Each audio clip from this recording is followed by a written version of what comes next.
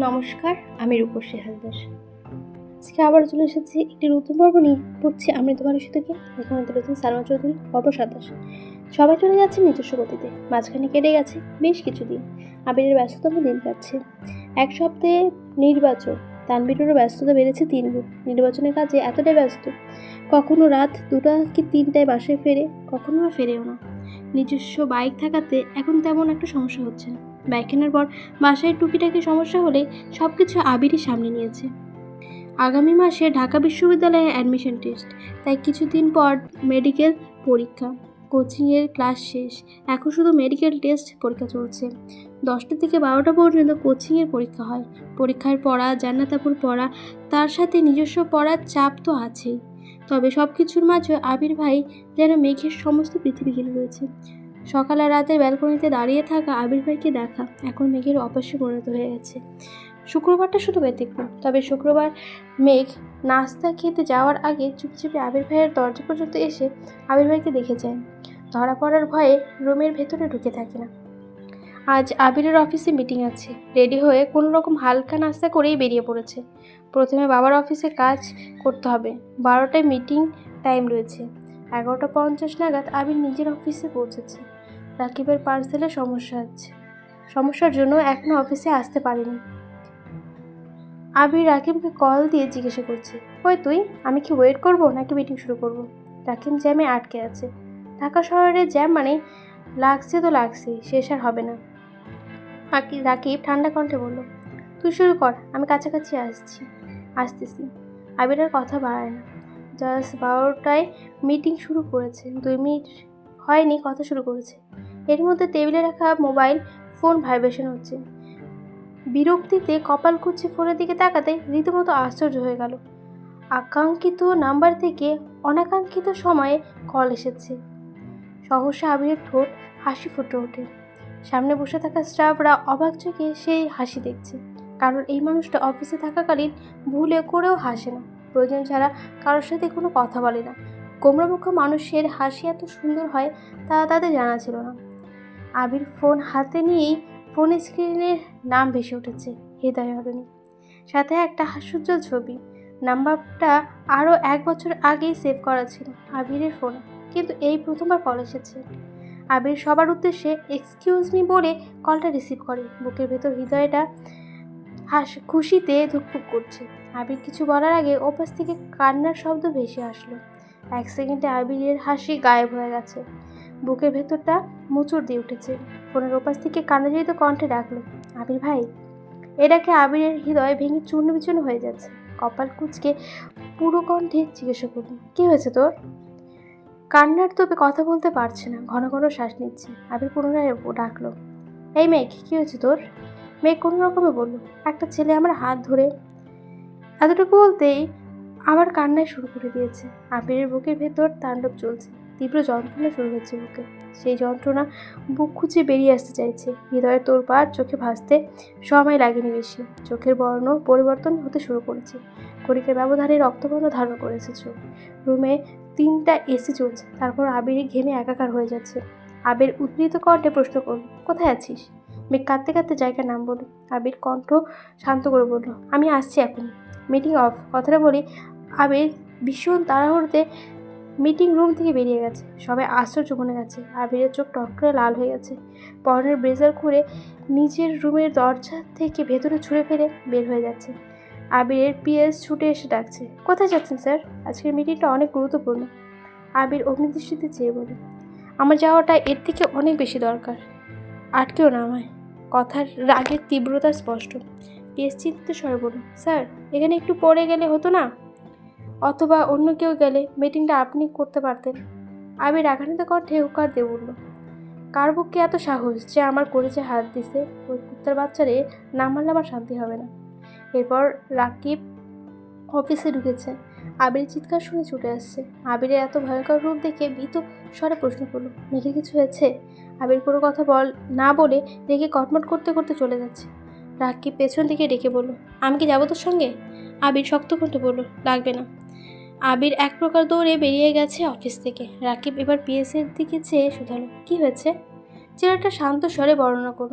রাকিব স্বাভাবিক কণ্ঠে বলল, কোনো কথায় মেঘ নাম শুনেছ? ছেলেটার ওপর নিচ মাথা নাড়ালো। রাকিব দীর্ঘশ্বাস ছেড়ে গম্ভীর কণ্ঠে বলল, ভাই, আজ প্রথমবার আবিরের পথ আটকাইছ, তাই তো এমন কিছু হয়নি। ভবিষ্যতে আর কোনো দিন আবিরের পথ আর কোনো চেষ্টা করো না, তাহলে ওর সম্পূর্ণ রাগ তোমার উপরে চলবে। আবিরের পৃথিবীর 99.99% জুড়ে শুধু মেঘ, বাকি 0.01% তার পরিবার। আমরা অফিস সব কিছু যা বলেছে তাই করো, মিটিং অফ রাখো। যেটা ভীত কণ্ঠে প্রশ্ন করলো, মিকি স্যারের গার্লফ্রেন্ড? রাকিব মৃদু হেসে উত্তর দিল, শুধু গার্লফ্রেন্ড হলে বোধ হয় এত কিছু করতো না আবির। বেঁচে থাকতে শুধু ওই মেঘের জন্য, না হয় কবে পৃথিবীর মায়া ত্যাগ করে চলে যেত। ছেলেটা কপাল কুঁচে তাকিয়ে আছে রাকিবের দিকে। রাকিব তা বুঝতে পেরে স্বাভাবিক কণ্ঠে বলল, সেসব বাদ দাও, কিন্তু ভবিষ্যতে এমন কাজ আর করো না। অন্ততপক্ষে মেঘের ব্যাপারে তো কোনো দিনই না নাক গলাবে না। তাহলে দেখবা তুমি আছো, কিন্তু তোমার নাক নেই। So be careful. যতটা কুল আর শান্ত আবিরকে দেখো, সে অতটা শান্ত নয়। রাকিব চিন্তিত স্বরে বিড়বিড় করে বলে, নিজের কেবিনে যাচ্ছে। আল্লাহ জানে কোন বিপদে আছে। জ্যামের জন্য মেইন রোড দিয়ে যাওয়া অসম্ভব হচ্ছে। অনেকটা রাস্তা ঘুরে আবির ঘটনাস্থলে এসে পৌঁছেছে। মেঘ একটা বেঞ্চে বসে কাঁদছিল। আশপাশে 2-3টা লোক দাঁড়িয়ে আছে। আবির বাইক থেকে নামতে দেখে মেঘ দৌড়ে গিয়ে আবিরকে জড়িয়ে ধরে হাউমাউ করে কাঁদা শুরু করলো। একটা মেয়ের মনের বিরুদ্ধে কোনো কিছু ঘটলে সেটার বহিঃপ্রকাশ ঘটে আপন মানুষের সামনে। মেঘের ক্ষেত্রেও এমনটাই ঘটেছে। আবিরকে দেখে যেন নিজের প্রাণ ফিরে পেয়েছে, তাই সব শক্তি ঢেলে কাঁদছে। আবির এক হাতে হিজাবের ওপর দিয়ে মেঘের মাথা আঁকড়ে ধরে রয়েছে, অন্য হাত মুষ্টিবদ্ধ করে দাঁত চেপে আছে। নিজের সবটা রাগ হজম করে শান্ত স্বরে বলল, কিছু হবে না, আমি আছি তো, একটু শান্ত হ প্লিজ। কয়েক মুহূর্ত চলে এই বাঁধীন কান্না। কিছু সময় পর মেঘ বুঝতে পারে এভাবে আবির ভাইকে জড়িয়ে ধরা ঠিক হয়নি। সঙ্গে সঙ্গে মেঘ নিজের হাত সরিয়ে নেয়, সরে দাঁড়ায়। মেঘের কান্না জড়িত মুখ আবিরের সত্তাকে নাড়িয়ে দিয়েছে। মেঘের চোখ মুখ ফুলে গেছে, সারা মুখে রক্তচাপ বেড়ে গেছে, যার ফলে নাক, গাল, থুতনি সব লাল হয়ে আছে। আবির দীর্ঘশ্বাস ছেড়ে দুহাতে মেঘের চোখ মুছে ভারী কণ্ঠে শুধালো, কোন ছেলেটা? মেঘ ঘাড় ঘুরিয়ে তাকালো। আবিরের চোখ ও সেই দিকে পড়েছে। একটা ছেলে গাছের কাছে দাঁড়িয়ে আছে, তাকে ঘিরে 4-5 জন লোক দাঁড়িয়ে আছে। আবির কোনো কথা না বলে ছেলেটার কাছে গিয়ে এলোপাতাড়ি ঘুষি লাথি শুরু করে দিয়েছে। আচমকা আক্রমণে ছেলেটা বেসামাল হয়ে গেছে। আশপাশে থাকা 4-5 জন ভয় কিছুটা দূরে সরে গেছে। আবির আঘাতিত চাউনি আর মুখ দেখে তারা যেন আটকাতেও সাহস পাচ্ছে না। মেঘ বিস্ময় চোখে আবির ভাইয়ের পানে চেয়ে আছে। আবির ভাইয়ের এই রূপ জীবনে প্রথমবার দেখছে।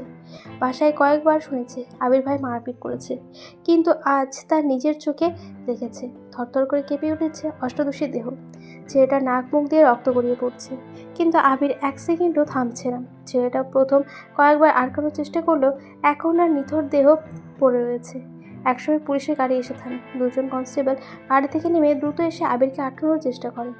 4 থেকে 5 জন লোকের মধ্যে একজন এসপি স্যারের কাছে গিয়ে বলে, স্যার, আমি আপনাকে কল দিয়েছিলাম, কিন্তু হুট করে এই ছেলেটা এসে এভাবে মারতে শুরু করেছে। এসপি স্যার দ্রুত আবিরের কাছে গিয়ে বলে, থামুন, আপনি এভাবে মারছেন কেন? আমাদের বিষয়টা দেখতে দিন। 2টি কনস্টেবল সাথে আরও কয়েকজন লোক আবিরকে টেনে হিঁচড়ে ছেলেটা থেকে দূরে সরিয়ে দেয়।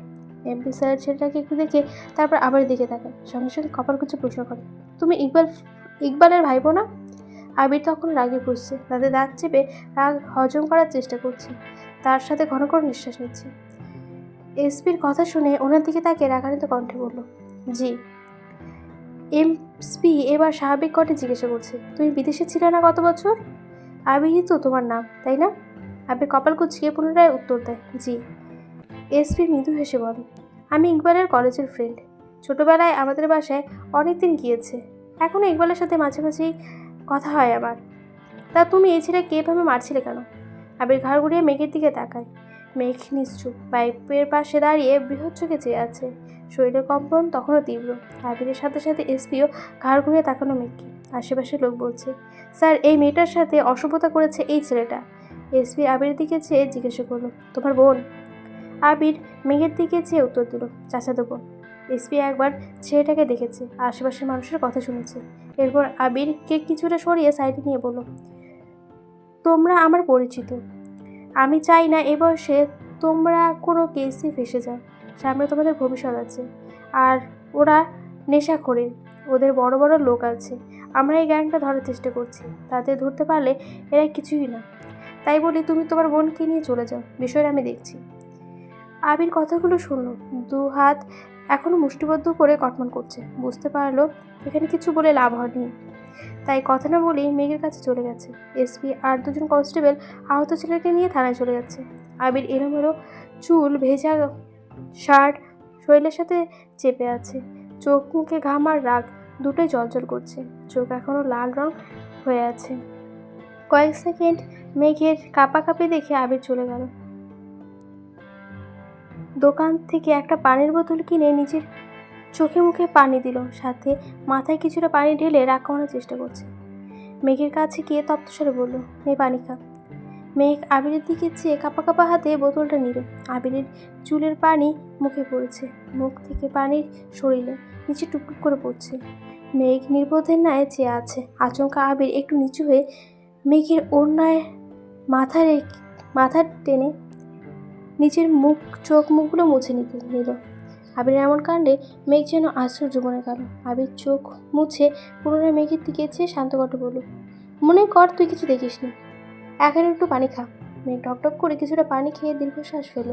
ছেলেটার আচরণে যতটা ভেবে পেয়েছিল তার থেকেও 3 গুণ বেশি ভয় পেয়েছে আবির ভাইয়েরকে পেটানোতে দেখে।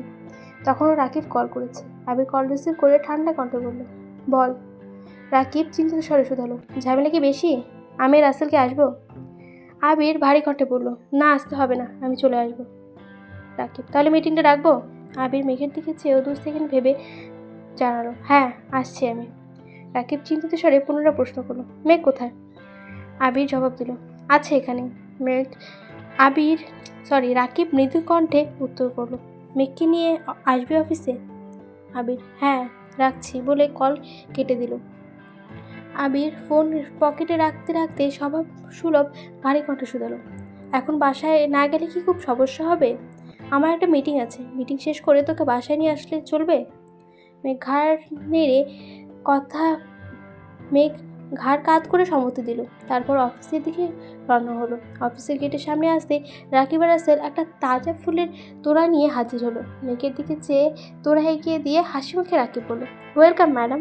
মেঘ কপাল কুঁচে তাকিয়ে বলল, আমি ম্যাডাম হলাম কিভাবে? আমি তো। এত কিছু বলতে আবির ধমকে উঠল, যা দিচ্ছে নেই, এত কথা বলতে হয়নি। মেঘ আর কথা বলল না, চুপচাপ ফুলের তোড়া নিল। তারপর আবিরের পেছন পেছন আবিরের কেবিনে চলে গেল। আবির কেবিনের দরজা আটকে বলল, হিজাব খুলে ওয়াশরুম থেকে ফ্রেশ হয়ে আয়। মেঘ কিছুক্ষণের মধ্যে হাত মুখ ধুয়ে হিজাব খুলে চুল ঠিক করে বেরিয়ে এসেছে। আবির টেবিলের পাশে দাঁড়িয়ে ল্যাপটপে কিছু একটা চেক করছিল। মেঘ রুমে আসতে আবির নিজের চেয়ার রেখে বলল, বস এখানে। মেঘ বিড়বিড় করে বলল, এটা তো আপনার চেয়ার। আবির চোখ রাঙিয়ে দেখতেই মেঘ মাথা নিচু করে চুপচাপ আবিরের চেয়ারে এসে বসলো। আবির 2 মিনিট ল্যাপটপ কাজ করলো। ভারী কণ্ঠে বলল, আমি শাওয়ার নিতে যাচ্ছি, কেউ ডাকলে দরজা খোলা দরকার নেই, তুই নিজের মতো রেস্ট নে।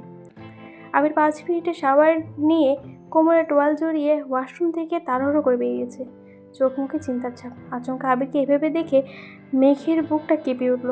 উন্মুক্ত শরীর, শুধু কোমর থেকে হাঁটু পর্যন্ত ঢাকা, মেয়েদেহীন পেট, 6 প্যাকের হালকা চিহ্ন দেখা যাচ্ছে। শরীরে থাকা বিন্দু বিন্দু পানির কণাগুলো চিকচিক করছে। তা দেখে মেঘের হৃদস্পন্দনের মাত্রা বেড়ে যাচ্ছে, দীর্ঘশ্বাস ভারী হয়ে আসছে। আবির সে চেয়ারে 2 হাত চেপে মেঘের ঘনিষ্ঠ হয়ে মেঘের দিকে তাকালো। মেঘ বিস্ময় চোখে চেয়ে আছে আবিরের চোখের দিকে। এই চোখের ক্রোধ এখনো কমেনি, এত কাছে আসছে। আবিরের নিঃশ্বাস ছুঁয়ে দিল মেঘের লালিত মুখমণ্ডল। মেঘের রক্ত সঞ্চালন বেড়ে যাচ্ছে, মনে হচ্ছে মেঘের শিরা উপশিরা তুফান চলছে। আবিরের দৃষ্টি মেঘের নেত্রে নিবদ্ধ, কণ্ঠ 4 গুণ ভারী করে শুধালো, ওই ছেলে তোর হাত ছাড়া অন্য কোথাও চেয়েছিল? আবিরের প্রশ্নে মেঘের কর্ণপাত হলো কিনা কে জানে। খানিকটা সময় পর মেঘ চিবুক নামালো নিচে। আবির 2 আঙ্গুলে আটকে দেয়। মেঘ পুনরায় আবিরের মুখের পানে তাকায়, চোখে মুখে ক্রোধ স্পষ্ট। আবির পুনরায় রাগান্বিত কণ্ঠে বলল, বল শুধু আর কোথায় ছুঁয়েছে? ওই কুত্তার বাচ্চারে যেন কবর দিয়ে আসবো। আবির ভাইয়ের মুখে ভয়ঙ্কর কথা শুনে মেঘের শরীর কেঁপে উঠল।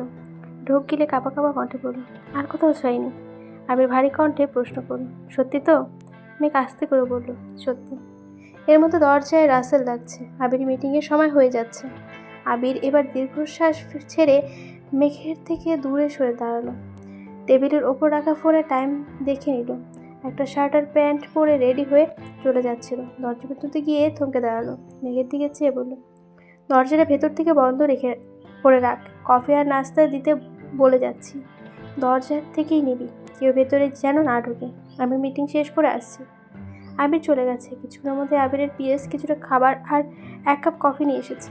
মেঘ নাক পর্যন্ত ওড়না টেনে মাথা নিচু করে খাবারগুলো নিল। তারপর দরজা বন্ধ করে ওড়না সরিয়ে রুমটা ভালোভাবে দেখছে। দেওয়ালে কিছু কিছু মোটিভেশন লেখা, তার সাথে একটা দেওয়ালে দুটো হাতের ছবি। যে হাতটা আবির ভাইয়ের ফোনে মেঘ দেখেছিল, একটা বড় হাতের ওপর একটা ছোট্ট পিচ্ছি হাত শক্ত করে ধরে রাখা। নিচে দুটো লাইনও লেখা, আমার দেহে প্রাণ আছে যতদিন, এই হাত ছাড়ব না আমি ততদিন। তার নিচে ডি এভাবে লিখে রাখা। ততক্ষণে অক্ষর দেখে মেঘ কপাল কুঁচকে চেয়ে আছে। মাথায় কিছু ঢুকছে না। ডি ডি দিয়ে কার নাম হতে পারে? মেঘের নাম তো এম দিয়ে, জানাতাপুর নাম তো জে দিয়ে। মেঘ বিড়বিড় করে বলল, তাহলে কি জানাতাপুর অন্য কোনো নাম আছে? পর্বটা এখানে শেষ হয়ে গেছে। কেমন লাগলো অবশ্যই জানাবেন। ভালো লাগলো অবশ্যই লাইক কমেন্ট সাবস্ক্রাইব করে দেবেন।